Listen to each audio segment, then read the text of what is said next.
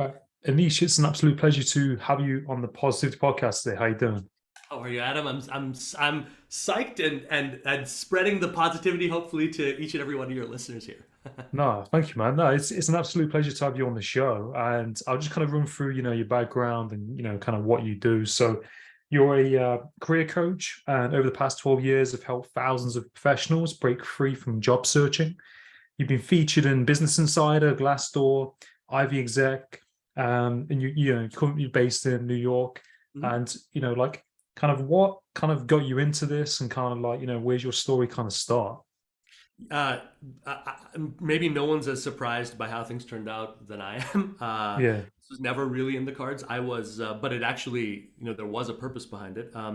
I started out. I grew up in Montreal, pretty conservative Indian family, and they had a doctor lawyer kind of track ideally for their son, which I totally blew up. But I grew up pretty shy and introverted, and my mom, her schizophrenia really blossomed, and so the arts and specifically acting was the first real quote unquote calling that I had. It kind of gave me an avenue to express this stuff, allowed me to come into my own, and sort of fostered a career into my young 20s. While that was going on, I'd already I'd started building a career as a writer and a journalist, and in the midst of all of this stuff, what started out as a sideline, honestly, I was trying to get my novel published at the time, which did come out several years ago. But I was working with people, and the word was coming out that, hey, you should look into this guy because he has a way of, with words, he has a way of like changing the way I'm coming across or you're coming across, that to get results that I wasn't, right? So that reputation was starting to build out, and I was working with people, resumes, LinkedIn, and what changed everything was a conversation I had with a 52-year-old architect who was ostensibly there to need help with his resume or at the time, and the guy basically breaks down, and the story that comes out is, yeah, he needs a job, but the truth is he had placed all of his bets in one company for the better part of 20 years. They had told him there's equity coming your way, there's all of these promises, and they just reneged on all of that. And what he was truly coping with was feeling like a failure at the end of a career filled with awards and accomplishments and amazing things to be proud of, literally things in the New York skyline he could point to, right? This guy felt like a failure. This guy felt like he could not bear to go home to his wife and explain that they're back to square one in some sense. And I hung up the phone with him, and I sort of, it was the first time where there was something in me that said, this is not coming from the inside out, this was coming from the outside in. And it was a kind of frustration and an anger that said, look, I don't know if there's an answer beyond these job boards and all of that. But I do know that by the time I'd come to that point, I'd spent my whole life hustling and being entrepreneurial for opportunities. So I knew by that point that you could do it. The promise I made to myself at that point was, look, this problem is a heck of a lot deeper than just a resume or a LinkedIn. Let me learn with other coaches, let me learn with other business experts to put together some kind of a system so that 80 to 90% of roles that we call the hidden job market, that becomes your default way. That becomes, at least, if not the major way, a strong, sustainable channel for you. Because what we found is that if the business of generating offers becomes relatively cheap and easy for you, then your power in all of this completely transforms, and most people, including myself, when we say or have said in the past, yeah, I decided on this job or I accepted this job, the truth is there was no choice in it. If you're being totally honest, there were no other opportunities. You hadn't interviewed in more than 2 months, right? So what's the choice? How were you able to leverage your salary? You weren't, right? That's what I discovered. And in the 12 plus years that we've been doing this is what keeps coming up, which is to spread the message of beyond the outcome, okay? Whatever that perfect thing is, maybe the perfect outcome isn't a job or a company. Maybe the perfect outcome is Adam, in your way, being able to stand on your own 2 feet, have your own platform, do what you need to do, and generate the kind of abundance we're talking about, whether it's offers or what, anywhere in the world on your time, right? And so that's the dream that we've been advocating for and fighting for nigh these 12 plus years. No, it's a really, really amazing story. And I think, like you said, there's a lot of pressure on people to kind of find out what they want to do, who they want to be. And like you mentioned, like in your family, they, or like culturally, people kind of, are meant to like go into certain sectors, or there's this kind of like requirement put on you to kind of like, okay, you're going to be a doctor, you're going to be, you know, this kind of position, and do this and follow these steps. And, Yeah. like you mentioned, your mom had, you say your mom had like schizophrenia, you said? Mhm. Yes, she did. And And she still deals with it. It's in a better place, and has been for the last couple of years. But you're right. mm, For them, they weren't doing anything wrong. And we all have done this in the past. But it is kind of a naive way of looking at yourself and your career, which is this idea that whatever I want, that the ideal is going to be found by looking at a job posting, looking at a company, looking at any of these third party aspirational things. What I found is that the further someone goes in their career, the less likely it is that there's going to be any pre existing job or anything like that that's going to fit for them. What tends to happen is that as your career progresses, there's more and more pressure for you to stand for your own thing, whether it's your own process, your own way of driving change, right? And that ends up being the impetus for the relationship, the impetus behind identifying pain, and the impetus behind the offer. And also, what happens, and we see this all the time, people who are sort of stuck in between these two zones, where maybe you have someone who's like in middle management, they got there through being excellent at tests and all of this stuff, right? Saying all the right stuff, right? Well, now they're experience wise at an executive level. But guess what? Their mentality is, who can I talk to? What tests can I take? Who can I do that? But that's not what we want from a leader, right? That's not what we want at that level, right? So you've got to change the whole approach in some sense of where you're coming from, what your value is, and where it lies in order to make that happen. And that's where a lot of people struggle with.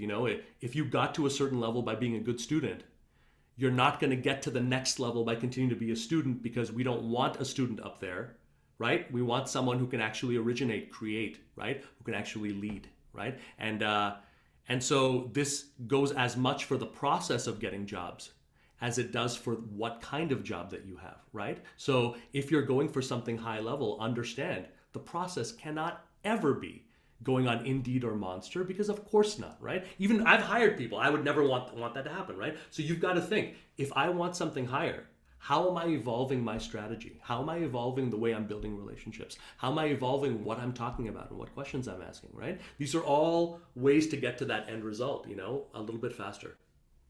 yeah, most definitely. And I think, like you said, it's people are in those, sometimes leadership positions, Yeah. and it might be not exactly leading, and the kind of, some people might not, they might be in that role, but Hmm. not have the leadership skills, or not have the people skills, and not really listening to people. Hmm. And then that can have like, maybe a dramatic effect, and then affect people's trust in, managers, or people in that role. I think that's Hmm. what I've experienced in the past. You've got Yeah. people in certain roles, you have a negative experience, and then you carry that through to your next job, and you think, oh, is this going to be the same thing? And it's Yeah. kind of like, getting triggered and stuff. But I feel like you said, people, can also find other roles, rather than just going on Indeed or things like that. There's different way avenues around it, and you got to present that kind of like leadership and show those qualities to get that role, kind of thing. Well. This is a great way to take the conversation, because I think this kind of way of thinking would serve you just as well, whether you were building a relationship at the high level for the first time, or having a standard interview, right? Which is, if you are interested in making sure that you give yourself the best opportunity to not just secure the offer or create an offer for you, as it may be, but also to avoid what you're talking about, avoiding micromanagement, avoiding all of these things. The way to do that is to ensure that the reason you get that offer is not because you somehow convince them of how many qualifications and skills you have, but that it's based on an understanding and an appreciation and an agreement between us on the deep why, right? So let's say you are a marketing expert. You're like, why can I not move forward? If the only reason I'm giving you the offer is because, and this is, we have a 50-50 role in this.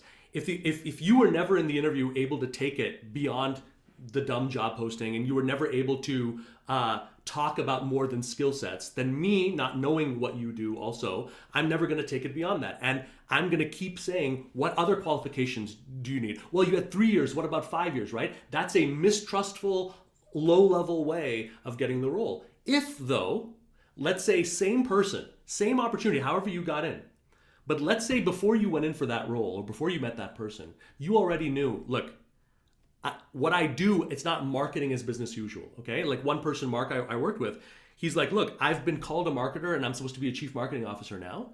But every single one of these companies, they have their own marketing plan and they want me to extrapolate scale. I do the exact opposite. I look at all that. I say, forget that. Let's spend 5% of that spend, create our own niche and own it. Right. When he started actually rebranding himself that way, when saying, look, that's the way forward, that's the way that any company can move forward, it didn't matter if the job posting was different or whatever. The point of view allows him to ask targeted questions. The point of view, this is one of the most powerful things you can do as an interviewer, allowed him to come in and start asking questions that made it clear he knew what he was looking for. He knew the difference between a company that is going to make it out of this pandemic and a company that was not going to make it out of this pandemic, for example, right? And so using that vetting process, making it very clear that you understand what's going to work, what's not, and allowing yourself to stand for a way of change that allows the person that you're speaking with to not just be a passive question asker, but to put them in a more active place to say, okay, does this actually fit? Is this right? Is this wrong? And it actually doesn't matter whether they agree with you or not. I've done plenty of business with some of my favorite clients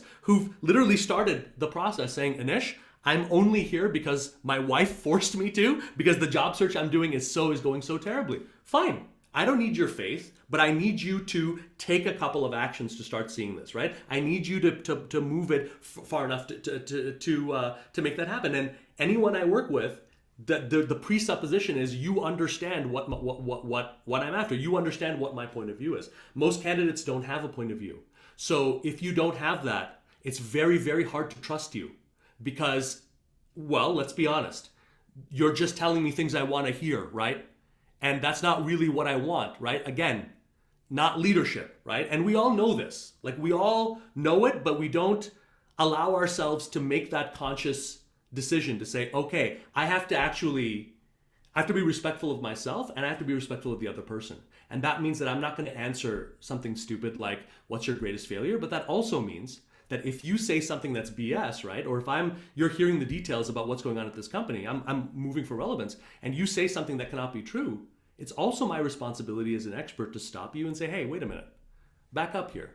There's no way that those three things are happening and you're not experiencing churn on the client side, right? If you do, I want to know what that is because that's very different from what the conversations I've been having, right?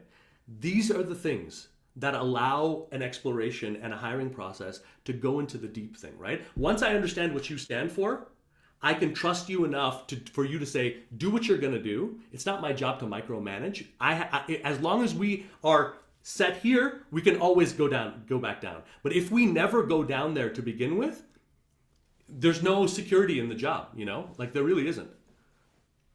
I think it just shows you how important it is to kind of plan and do your research before you go into that situation, isn't it? Because like you said, a lot of people, can have an interview and then people are asking the questions and you can say, yes, this, yes, that, yes, this, and you're answering what they want to hear. But I think, like I said, people want to hear a bit more about the person and why, what qualities that they have that they can bring to this role and kind of have that bit of, like I say, go kind of deep within themselves to kind of bring that into the interview rather than just kind of, ticking boxes, asking questions and thank you very much. And it'll be done in, 5 or 10 minutes. I think it's like you said, kind of going in and bringing in what is your why and why do you want to work for the company?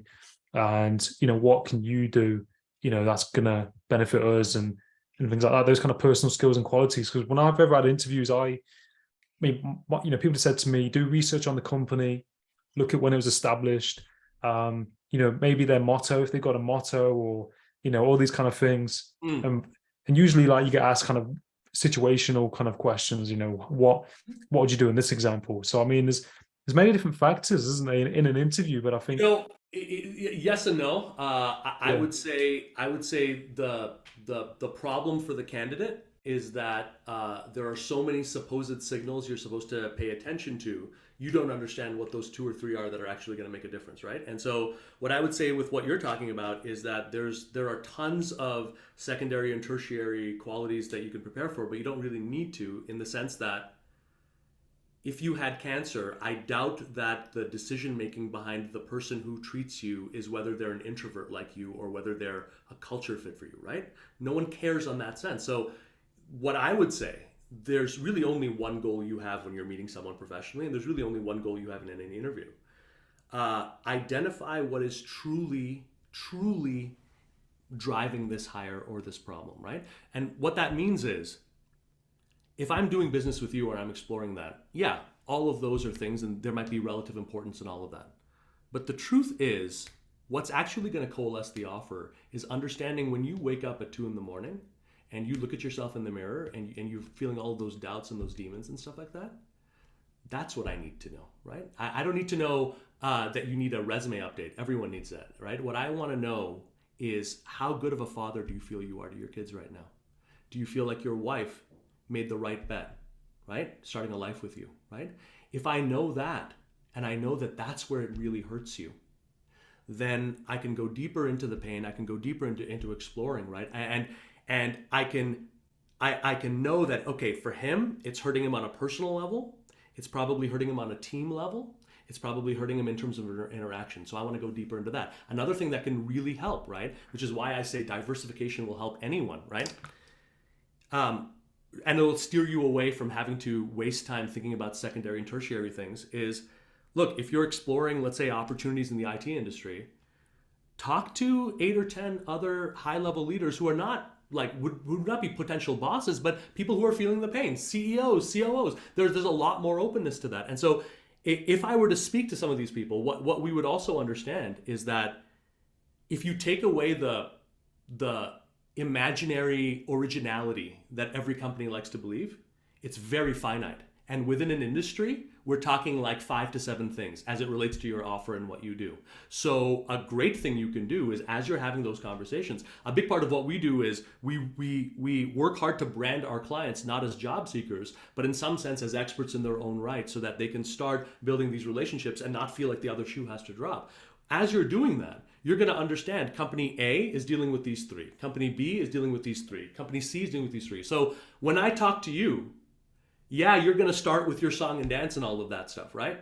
But I've got all of my research, I've got all of those details, and guess what I'm going to be doing, right? I'm going to be using that knowledge along with my questions as pressure to say, hey, listen, you're a startup and you're doing this, but let's just be clear, right? Amazon, which is a capitalization of 1,500 times you guys, they're also doing this. So do you think that they maybe have something here, right? You think that that's a paradigm that might be worth following, right? You're the big dog. It doesn't matter what the employer is.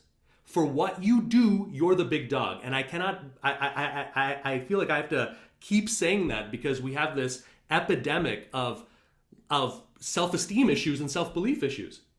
Just because someone's offering a job, they're giving you nothing. You should treat them with not one iota of extra gratitude or thankfulness. They're trying to solve a problem as you are, right? So your job is very, very simple. Get to the truth of what's there. And you will get better through the questions, right? We help people create what's called a question bank to systematize it, but anyone can get better at it. But understand, if they're stonewalling you, if they're lying to you, if they're telling you things that cannot be true, and they're not willing to engage with you, and especially if they're not receptive to any new ideas whatsoever, small or big, what's the mystery here? Walk away. You got your signals. Don't waste another second of time on this company. Redirect your resources. Don't try to make something bad good.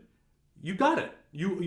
Figuring out the truth of what a company is like is, to me, as good of an outcome as an offer. And what I want to do is, if it's a no or if it's not a fit, I want to find that as early in the process as possible, right? I'm not wasting one moment away from my kids trying to bloviate to you about why I think I'm a great candidate, right? I can stand in my power. I can ask you questions. I can assess like a doctor would assess. And by the way, the reason, going back to that doctor analogy, the reason we trust that doctor is because the questions he or she asks us and the way that he or she directs us, the clarity that we get through that interaction gives us the depth to say this is the right person, right? And that's exactly the same power that any candidate can tap into, No more answering questions, no more figuring out the same stable answer to one question. It's time to get deeper with this. It's time to get really human. In terms of what's going on there. And I think, like you said, like employers are more, they want to see that kind of vulnerability in you to be able to kind of go deep in yourself, isn't it, really? And like, Yeah, yeah. and And to and be willing also, to and to yeah. be willing in some sense to get to work. Anyone can do this. Like, if you're interviewing me, you're asking me a couple of questions, I can answer the question, but one simple thing I can do is, hey, so, about this, tell me, where does this hit home for you guys, right? Tell Hmm. me what's driving this. Like, what have you guys been experiencing, right? This is an easy thing that we can do, which is to, when answering a question, to pull it into the zone of direct relevancy, right? Not from a place of trying to make you feel uncomfortable, but trying to make you feel safe and secure and understand that that's a part of our working together. Like, a lot of times we don't give ourselves permission to ask those hard questions, but what I found is that almost to a man or a woman, if we're talking about a quality company, that's where they get value as well in terms of you being the right candidate. Like Anjana, one of our clients, like, she had a 5-minute opening in a traditional interview, and rather than using it to throw a softball that makes them feel good, she had gotten enough to be like, I don't, tell me more about this strategy, because I don't think that's going to work. Tell me more about this. What's the thinking here? Hard questions. They couldn't answer all of them, but after she left, they could not think of anyone else for that role, because that's what you want. Ideally, you want someone who's going to have the courage to not just keep it in the realm of the problems that you're trying to solve, but who has a little bit of a vision, right? And that's where your why can really help, right? You don't know where this company is going to go, but you have an idea of, when you're allowed to do what you can do, right? You have an idea of what some of those positives are, right? These are the things that are going to resonate with most people, with most people that you would want to work with. And do you think, like, as well, asking the employer questions? Because like sometimes I've had interviews and they'll say, "Have you got any questions for us?" And Mm-hmm. doing a bit of research, and I think like employers like to see that as well. Mm-hmm. Showing an interest and kind of being different, because I think that's important. Like maybe as well. Yeah, I think that I try my best to. This is what I try to do in a situation like that. Is early on, I try to establish a cadence of back and forth. So instead of feeling like that, like, we've probably all had this, where the interview's going pretty well, but it's largely been directed by the other person. So the weight of things that you got to say is just like increasing and increasing, and then you're like, they got 5 minutes left, right? So what tends to work better, right? When you're getting to know someone face to face, doing whatever, that's where you can establish a cadence. So if it becomes clear that every time you ask me a question, I'm either pushing for relevancy or pointing out something new, or I'm making it clear that this is a give and take process, right? So everything that I give to you, I expect information or something else in return. That's what this game is all about. The game is not, I sit for an hour, tell you things about my career, and you hold on to it like some, whatever, right? That's not the game. So if at the very beginning, like, what I would say is, refuse to slide your resume over, answer questions, and stay silent. Stop doing that. And so if you refuse to do that, then automatically it's going to put you into a zone that says, okay, so how do I end this question? Let me ask this person a question. Let me see if that's worse. If you're asking, if you sometimes also understand, questions are not all the same. Like, for example, if we're in a hiring conversation, we've gotten to the depth of what's there, right? We're talking about the real pain, the urgency of what's there. And you're expecting in the next follow up, right, that we're going to be talking money and the offer. And I'm like, I just had a couple of like final questions. It's also up to you as an expert to say, no, that's not the time for that, right?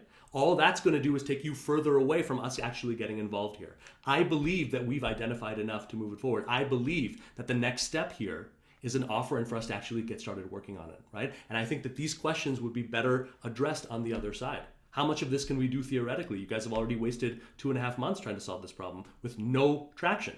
That's just my 2 cents on this, right? But volunteer that, right? And so that's what I would say is don't save any questions, right? Get them out right now, and the harder the better, but don't do this. Don't offer empty praise as a stand-in for genuine rapport with someone, right? So don't go in there and start telling them great things about their company, okay? Don't do that. Rapport can just as much come from me and you kind of getting into it a little bit, and me and you challenging for 80% of the time, and then you leaving and being like, that's the guy, because this is the guy who is not going to fold like a cheap suit like the last hire we had, right? So you don't know what it's going to be, but one thing you should definitely expect, it's a conversation. It's give and take. And as this conversation is moving, the amount of information that I'm getting and relevant information should be increasing as well. And if it's not, I might just, pause and call out the elephant in the room. What's going on here? I really want to, I'd like to see what we can do to help here, but I'm feeling a lot of fear. I'm feeling a lot of defensiveness here. Maybe if I'm wrong, tell me I'm wrong here, right? But we got to keep this in a zone of reality. We got to keep this not in a zone of what I did 5 years ago, but what you guys are experiencing, right? This type of back and forth, right, will set up something that will make your life so much easier as you go through the hiring process, right? If they know, like, look, I can't just tell Adam something and have him just passively absorb it. No, he's an expert. He's going to critically look through this thing, right? That's it, man. That to me is the best way to kind of engage in these types of interviews, bring in that question back and forth cadence as early as possible. Because I think as well with that, it's gonna you're not gonna waste your time and you don't want to waste their time. And the thing is, they don't want to be kind of reeling, kind of say gassed up and trying to gain that rapport through not being genuine or trying to just people please, if that makes sense. Because I think that can probably come through a lot. You want to see the person being genuine, and you said you want a bit of that kind of push and pull with the person in the interview and trying to see their strengths, I suppose, because the thing is they're going to be under pressure in that job, so you kind of want to see how they probably manage the pressure in that interview a little bit as well, and maybe ask certain questions, see how they kind of react to it. And I suppose it depends on the sector they're interviewing for, but like at the start as well, we said about like well-being, and people sometimes they're not okay in themselves for whatever reason, so they're not in a position to kind of go in that role or go in that job. And I think sometimes in companies, people are in these positions, and that can cost the company money and time because they might be burnt out or stressed.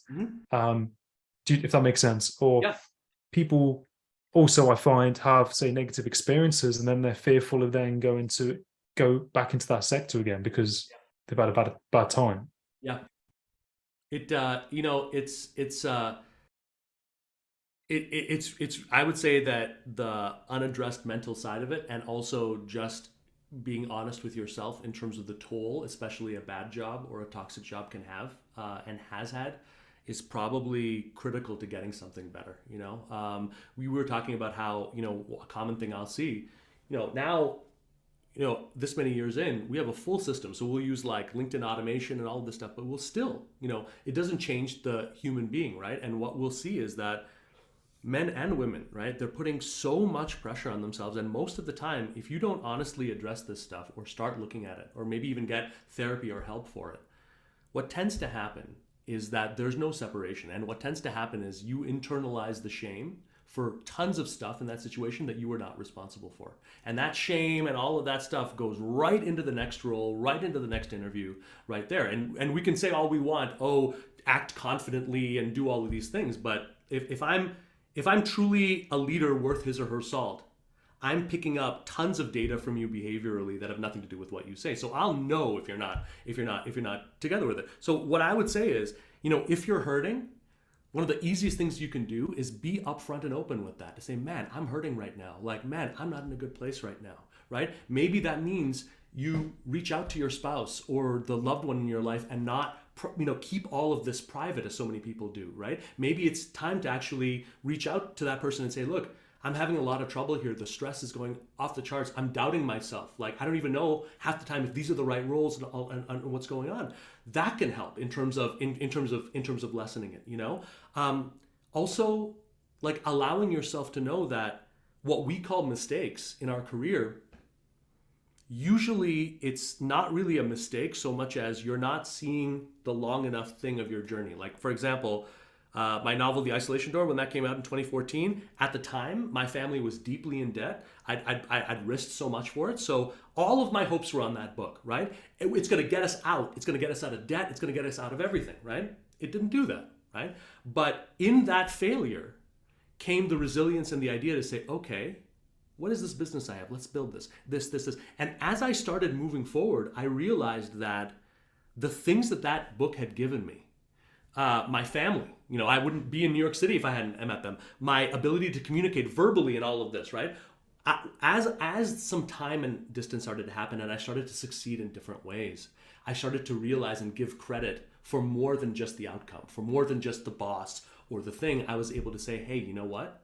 This had value regardless of whatever one metric I used at 24 or 25 to commemorate success, right? That's the key with all of this stuff, is that it's essential when you're going out there that the metrics you use behind your success be about you, be about things that actually matter to you, right? If you're out there going after jobs you think you should have, going after a salary you think you deserve for reasons that you think make sense to you, it's not going to work, right? I mean, take the yes, what we've seen is that if you diversify, you're looking at anywhere from 15 to 20x the number of opportunities in front of you, but also understand that that's not taking away the seriousness of what's here, right? If you're serious about this stuff, then you've got to own some territory that is your own, right? And that there's no better place to start than now, right? In terms of looking at your journey. Yeah, no, definitely. Like you said, like owning what is going on with you and being upfront about it. And like Yeah. you said, and taking the full accountability for that. Because I think like, Call out the elephant in the room. If you're having trouble, like we worked with someone who had what he calls zombie face. He just had a lot of trouble expressing enthusiasm. He actually lost out on roles. Like 13% of the time, when a candidate is rejected at the late stage for a role, it's due to that. Like they either don't think that you're enthusiastic or you're just not actually committed, right? And so he was learning how to be more expressive and all of that, but honestly, within the time frame of what he was doing, it wasn't going to work. So the answer for him was just to call it out, to say, hey, Adam, at the beginning of an interview or meeting, it's like, look, my wife calls me like zombie face. I know you can see my face right now on Zoom.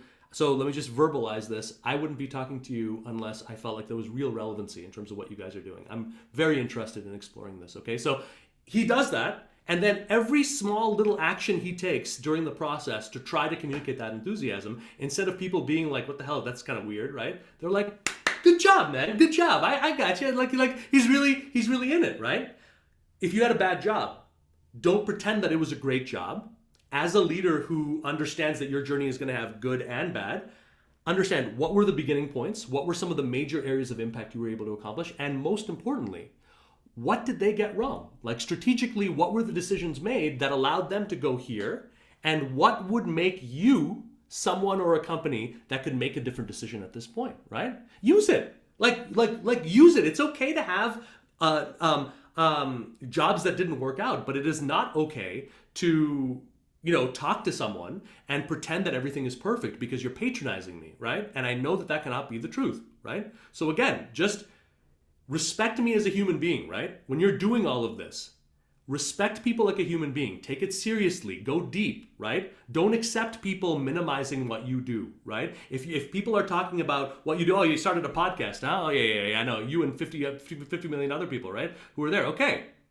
Well, it's a responsibility. I'm not saying be a jerk about it, but it's up to you to protect some of your ground here. And if you don't establish that in the hiring process, don't be surprised if a company ends up saying, hey, let me just try to lowball you. What the hell is he going to do? You know what I mean? Don't be afraid to disagree. It can really help. But yeah, calling out the elephant in the room can be incredibly powerful, in terms of just taking out the pin from that one big fear you have, that might be driving you crazy a little bit. and also like, like with like trying to find jobs, because so you mentioned like, going on Indeed, and how do you think people can find like the dream job that they want and standing out apart from other people? Because I think there's a lot of pressure now with a lot of jobs. There's a lot of applications. How do people kind of cut through that application process? Maybe go on LinkedIn and reach out. Send emails. I mean, there's like a book I read called like The Third Door, and it's like trying to find different avenues around getting your needs met, if that makes sense. Like, do you think that what's the best approach to kind of trying to get your foot in the door, apart from other people? Yeah, the way to look at this is, a common mistake we make is we conflate job offers with job postings, right? Job postings are actually all offers. What they really are is pain, right? That's what drives a real hire. Pain is pain that we cannot easily solve, we cannot easily outsource or whatever. Fine. So a job posting is the oldest version of that pain. Most likely, that company has been spending a lot of time and resources trying to solve that problem internally first.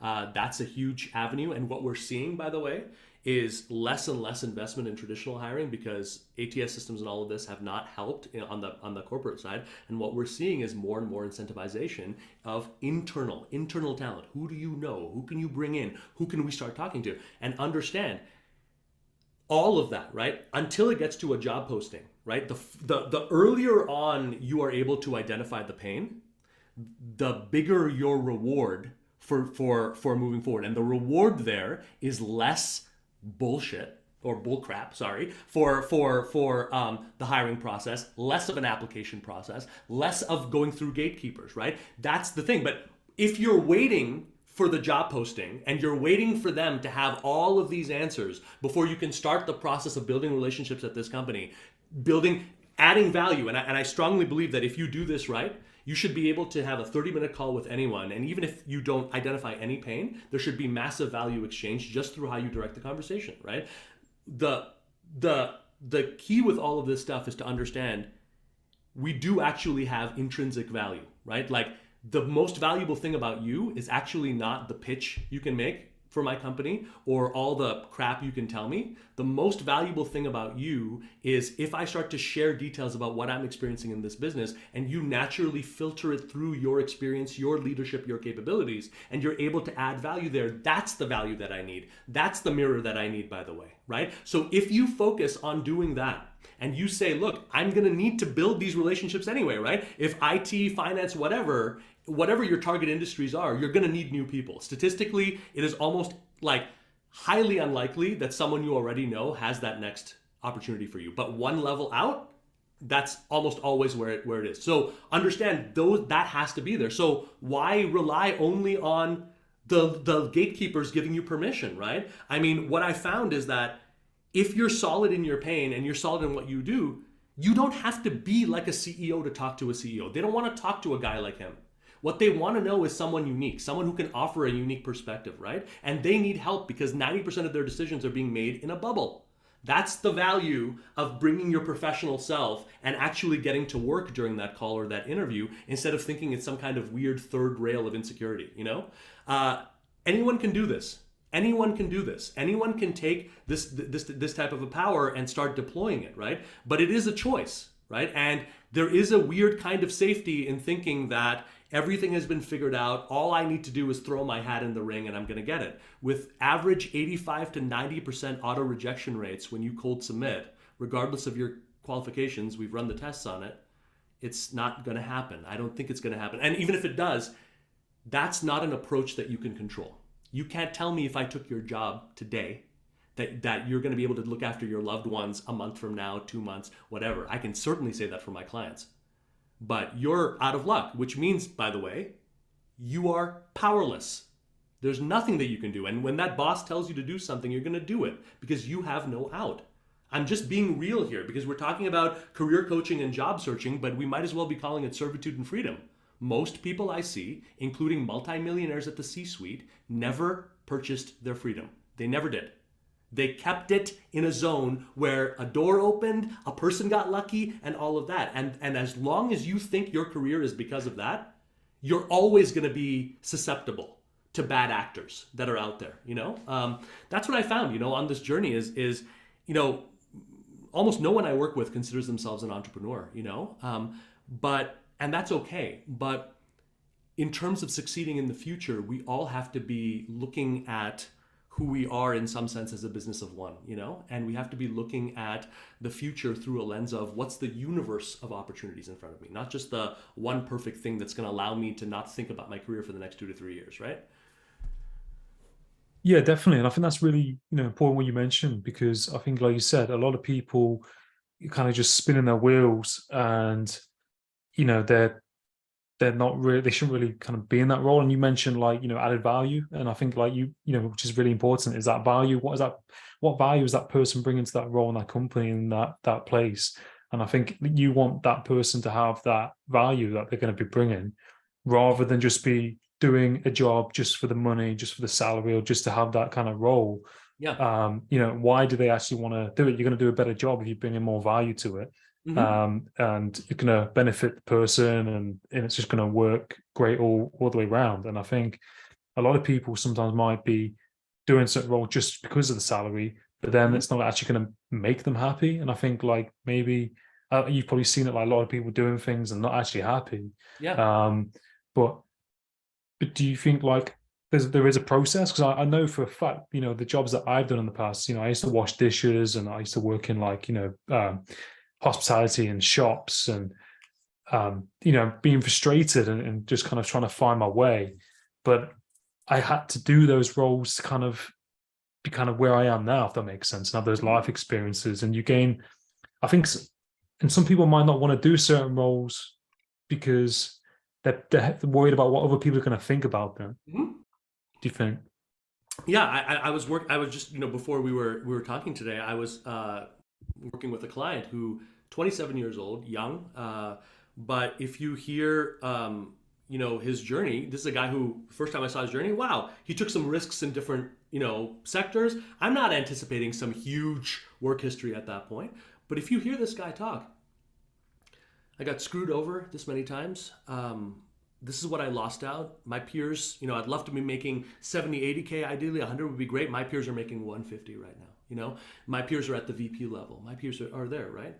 And if you if your expectations, if they are so out of whack, right, that you don't allow yourself, for example, time to say, hey, yeah, some of this is going to have to get figured out, right? Not all of this in my career, or actually the majority of it is not going to be figured out with me in a computer by myself.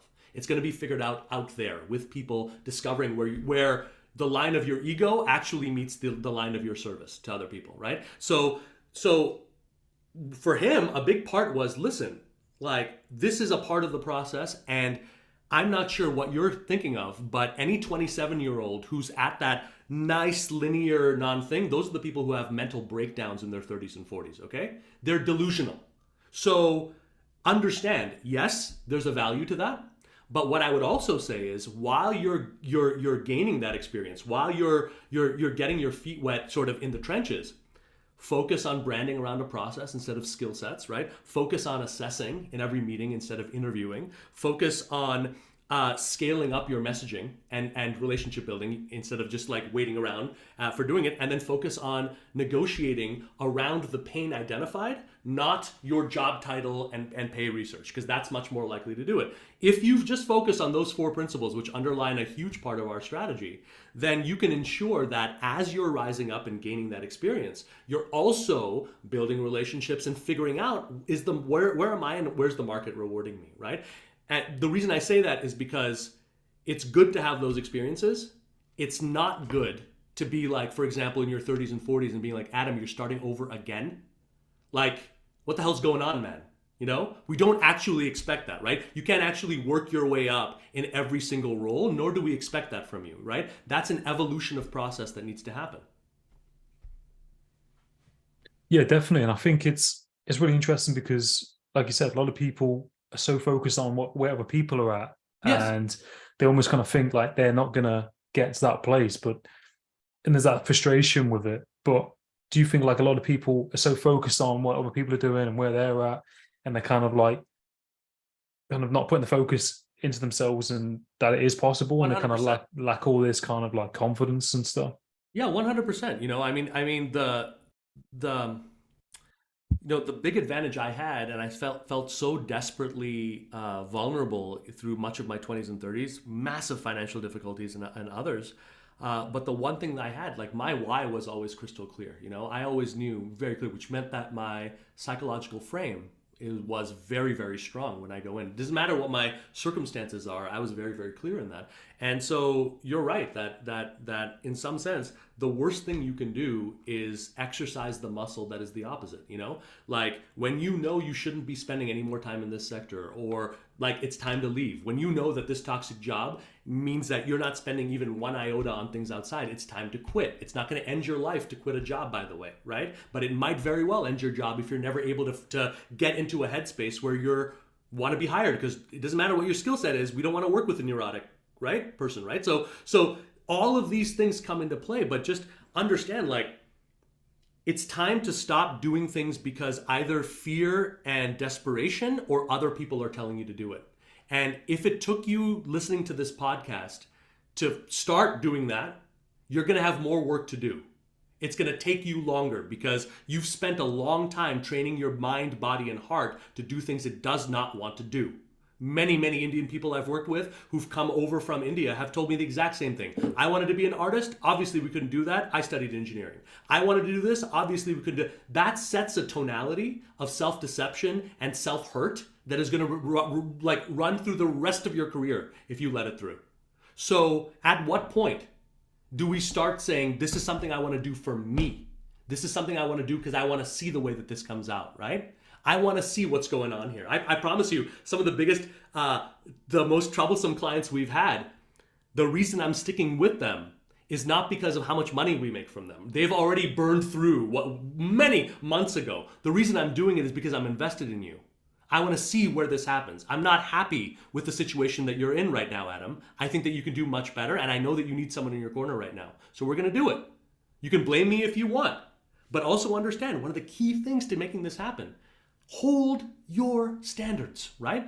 Why does someone need to be an employer? Why do they need to be paying you for you to treat them with that degree of highness and seriousness, right? If you're talking to me in a career coaching capacity, it doesn't matter if you're a client of mine or not. If I am recommending something for you and you decide to do it, great, we can continue having that conversation. If you decide not to, that's fine, but that's the end of that conversation, right? Obviously.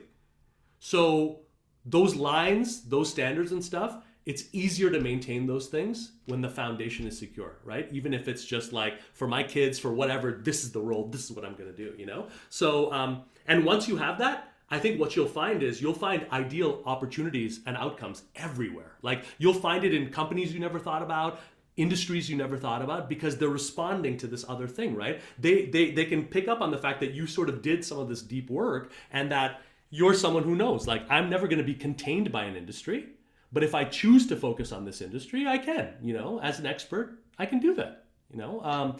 All of these things, by the way, I'm making it sound like they're really, in some sense, easy and obvious, but they took me many years of desperate trial and error, you know, and making probably every mistake under the book, you know, before I started realizing, oh, okay, I shouldn't be flattering them. I should be actually asking a hard question, you know, like, all of these things took a long time to come together. But what it ended up being, I'm so much more hopeful for everyone actually now, knowing what I know, because once I started putting my faith in individuals and putting my value on the value that I can provide into their lives, and I stopped thinking so much about the big, like the big industry, the big company, all that, my life really started to reach a different level. And the more you do that, the more you realize that, okay, whatever, job boards or whatever, around you right now, there's more opportunity, high level stuff that you'd be interested in than you could ever solve in the rest of your life. The only question is, do you care enough about this stuff to take that extra step or to find it, right? That's what it all comes down to. But all of us, we are already abundant. We're abundant in terms of options and opportunities, but we choose not to look at them, or we choose not to treat them as secure, right? You might have 15,000 people on LinkedIn on your network, right? But how seriously are you actually using them, right? When you're looking at your next goal, right? Is it being left inert, right? These are the things that oftentimes we find ourselves dealing with. No, I completely agree with what you said, and I think it's really important. And you know, you mentioned like people are kind of so focused on the outside and so much, you know, on the external and the bigger picture of things, whereas people just need to kind of draw it in a little bit. And you know, you mentioned people will kind of fulfill that. Can will be constantly. Sorry, I'm just Ah, no worries. Will be constantly, like, you know, on that cycle where people are doing things that they don't enjoy, and they kind of repeat that cycle and then continue.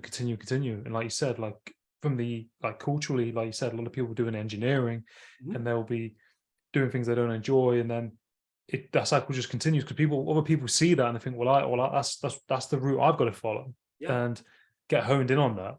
And And I think, familiarity is comforting, even when you're familiar with something that doesn't ultimately feel good. You know, mm, it's true for jobs. It's true for relationships. You know, like we know we got to get out, but you know, it feels good to have someone to watch a movie with at the end of the day. It feels good mm, to wake up next to someone, right? So It can be difficult, and betting on yourself is always difficult. But boy, oh boy, you're never going to regret it, regardless of what the outcome is.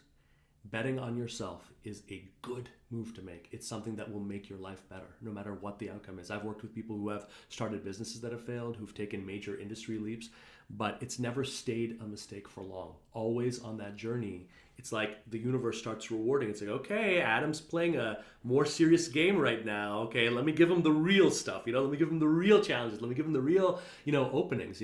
It's like you see more in terms of where you can go in your life when you bring that level of commitment to it. You bring a kind of depth to it. That's really, really powerful. And if it's been a long time since you've thought that way, why not, just between us here, we're all just having a conversation, why not make the next stage in your career, a kind of secret affirmation of that, to say, okay, you know what, whatever the job is and the outcome, I want to manage this from the inside out. For this time, I want to make it something that I can believe. This time, if I'm getting a bad vibe, I'm gonna have the confidence to say no, or I'm gonna have the ability. I want to make this something where I'm not gonna say that when I said yes, I was run by other people's priorities, no matter what the outcome is. Right? Allow yourself to bring that in. Isn't that a wonderful outcome of a career well lived? That as you continue to move forward, there's more of a challenge from the universe to say, okay, Adam, this has been working great. Show us more. Take more of an imprint in terms of where you want to go. That's what I want for everyone that I work with. Is that they can feel like life is becoming more and more friendly to what they actually care about and what they actually feel is important. Yeah, that's it. And I think a lot of people, sometimes are so conflicted with that and Yeah. worried about leaving their job and then thinking that they're not going to find something else. Yep. Jobs really are plentiful, even though they, through our lens, we don't, we don't think of it like that. But jobs and opportunities are everywhere, and especially if you break the what a client of mine called the last scarecrow, which is like that intrinsic fear we have of meeting also powerful people for the first time, which still, there's a part of me that's like, what right do I have to do that? Like I still feel insecure, yeah, but fighting that and going on the other side, what I realized is the resistance, the fear, that was mostly me, like what I found on the other side was productive challenge. What I found was people who showed me how to raise my kids, how to invest, like all sorts of things that I never thought, right? Because people are eager to teach, people are eager to share a little bit of their experience, right, beyond their professional life. I discovered that as a journalist as well. If you are talking to someone that you're intimidated by, don't try to be self-important. Open it up. Be a fan, like how did you do this? Oh my God, how did that journey happen? That's nuts. How are you able to do that? Nerd out about it, let them, that's a form of powerful form of expressing value as well, right? It's not about just what you say, right? But the kind of you that shows up, right? And the kind of energy that you also put out there. Right? Then if you own those two, you don't even have to worry about the questions that you ask. No one's going to have buyer's remorse from building a relationship with you, right? Because you gave them something that they critically needed, right? Affirmation and being seen and being respected is something anyone needs right up at the top. And I can guarantee you, no one right up at the top is getting enough of it because we're all starved for that, right? So if you know that going in, I've given you a very powerful clue that you can use in terms of that early stage of building these relationships, right? Just get to know them. Get to know them from a place of respect. If there's a point of commonality, highlight that commonality early in the relationship, right? And make it clear above everything else that the value of the relationship goes a heck of a lot deeper than a job for you, right? If that happens, great. If we identify something, great. That's not why I'm talking with you, Adam. That's not why I'm spending time getting to know you here, right? I want there to be something special exchanged in this relationship right now. And I want you to feel like there's value right now. Right? And everything else, I can trust that it's going to originate. If I get the top of the funnel working the way that it should, I don't have to worry about the bottom of the funnel, right? And what we do usually as job seekers is exactly the opposite. We get so obsessed with the end is offers, right? So we get so obsessed with this that everything here gets colored and limited because we're so afraid of quote unquote losing it or doing that, right? It's exactly the opposite.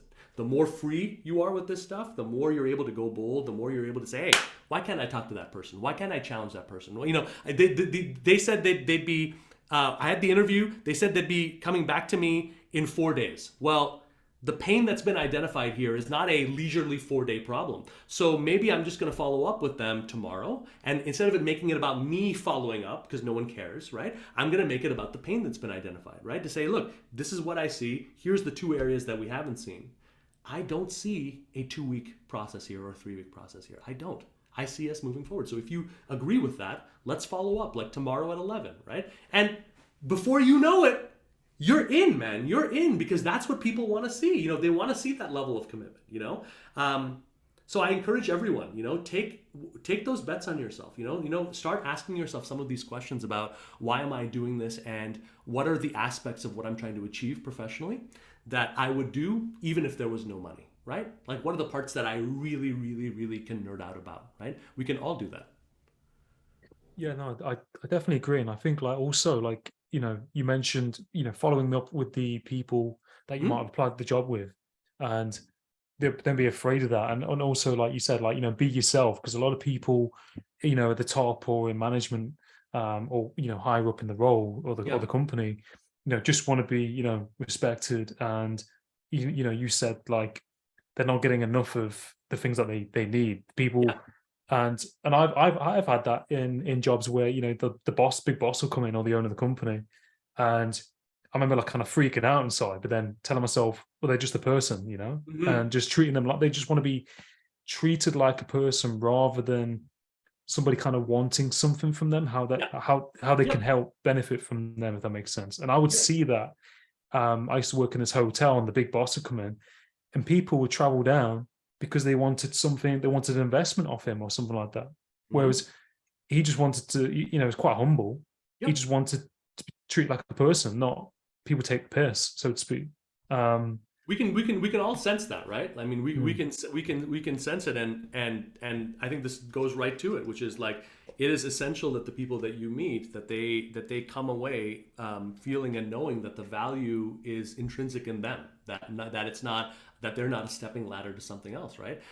As an actor, I went through the first 2 years. I couldn't book anything, and what broke it out was literally, you know, being in an audition room with like 50 other people and realizing, okay, A, I'm not getting this role, and B, if I'm here and I'm taking this time in the afternoon, can I make it useful for myself? So instead of going in there and trying to say the right things, I actually took a second to get to know that casting director, because I think that's an important one. And I had some fun with it. And again, I got it. And I started booking things over and over again. And I started realizing that's the key. That's the key, okay? The more you want an outcome, the more you've got to get the payoff from the early stages of the process, right? And the more you want that to happen, the more you've got to invest in yourself and building out the bridges and stuff like that that make it conducive, right? And the less we should be looking at a easy hack for getting to the outcome, which at the end of the day, that's why job boards and job postings are still even around, right? It's the age old get rich quick type of thing, right? Which is that instead of doing any of this work, instead of building relationships and putting myself out there, maybe still on this day, I'll find the magic job, send my resume out there and get it, okay? It is far, far better if you look at that as a, and ask yourself, if it's not going to happen there, where else? Where else? That'll start you somewhere, you know, and that would be a much more beneficial way to actually get results from that path also, you know, if they're, you know, if they're there to be had, you know. But I've really appreciated having the chance to go deep with you on this, Adam, because I know we have a similarity in terms of the journey, and you also know a lot of the challenges, of course, being, you know, experienced out there the same way I do.